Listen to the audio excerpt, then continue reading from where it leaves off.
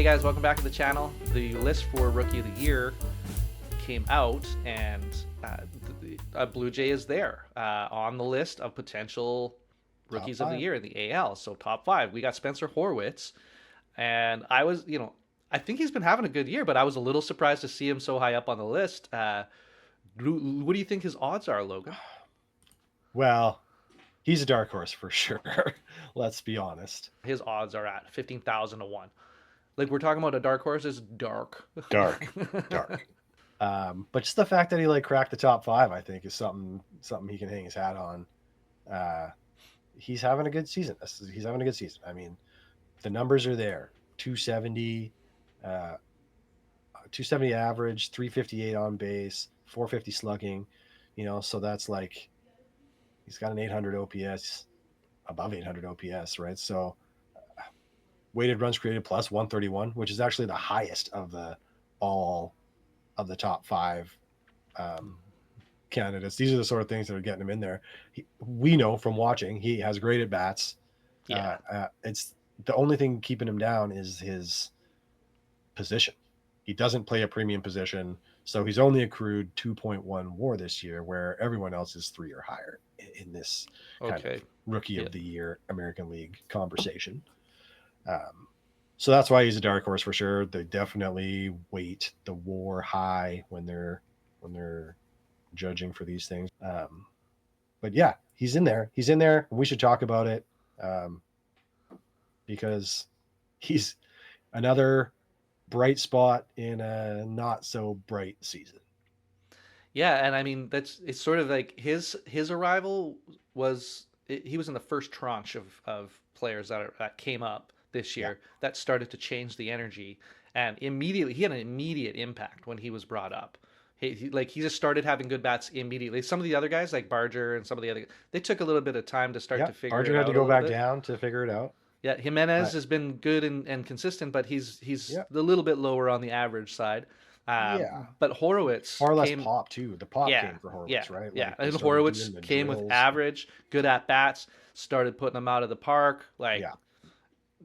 Just couldn't have asked for more from a player like that. 12 home runs in 341 plate appearances as a rookie. That's pretty good.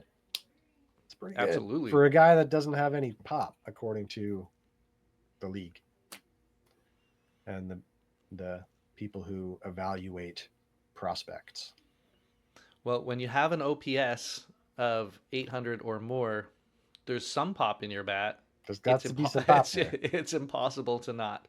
So I don't have his stats up in front of me. What are his extra base hits? 19 doubles, no triples, obviously, because he is got a piano tied around his butt. He's not a fast guy. And then the 12 home runs. So extra base hits is 31. Yeah, and I mean that's something that I feel like I've noted about him all year is lots of base hits, but he hits the ball. He hits lots of extra base hits as well. In important times, he makes good when he makes contact. It's pretty good contact, right? Like he hits the ball pretty well.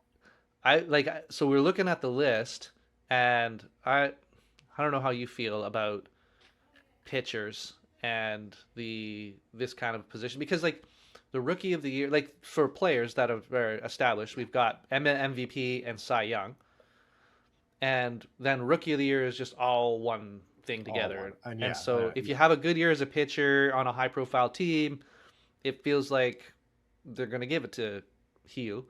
But I think that should be separate. I agree. I agree. Like we've kind of spoken about this before, but I think that you need to have a rookie equivalent of the Cy Young, like Rookie Pitcher of the Year and Rookie Player of the Year. It just makes sense. Like we separate the awards for them every year after that, just not in the first year. And then you eliminate the kind of almost ridiculous conversation that's happening in the National League this year as to should it go to Jackson Merrill or should it go to Paul Skeens? Paul Skeens is the Rookie Pitcher of the Year and Jackson Merrill is the Rookie Player of the Year. It's just like it just makes sense. Yeah. Like they shouldn't be compared to each other because They don't do the same things. The way they impact their respective teams is completely different. That's a great way of putting it. Yeah, yeah, yeah, couldn't agree more with with So that. anyway, we can fix Major League Baseball someday when we are the commissioners. Until then, it's probably going to Luis Hill this year in the American League. He is the front runner by a lot, By a and lot. he's a pitcher. But so in that regard, it's hard to kind of compare the season that he's having with Horwitz, right? Like, how do you compare? You can't just put the straight up numbers up. He's been Yeah. great as a rookie. They've had a lot of wins with him pitching, right? But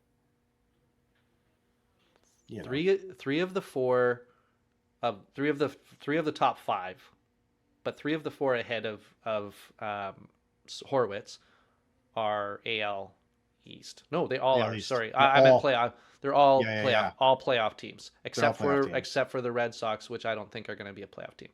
I Um, agree with you. yeah. Yeah, So you've got if you've got a guy all in top rookie, five potential rookie of the years in the American League are AL East. yeah, and so if you've got a guy on a playoff team who's in this race, just kind of like your MVP of the league sort of stuff. Mm-hmm. It feels like the success of the team has to factor in a little bit into the winning of the award. But it's really cool to have him get the recognition for the season he's had in his rookie year, and I think it's a if you were to take Jay's management and say, hey guys, when you were making all your decisions at the start of the season coming into this year, like he was profiling this way last year too. Late last year he came up, Mm-hmm. so we kind of saw a glimpse of it before.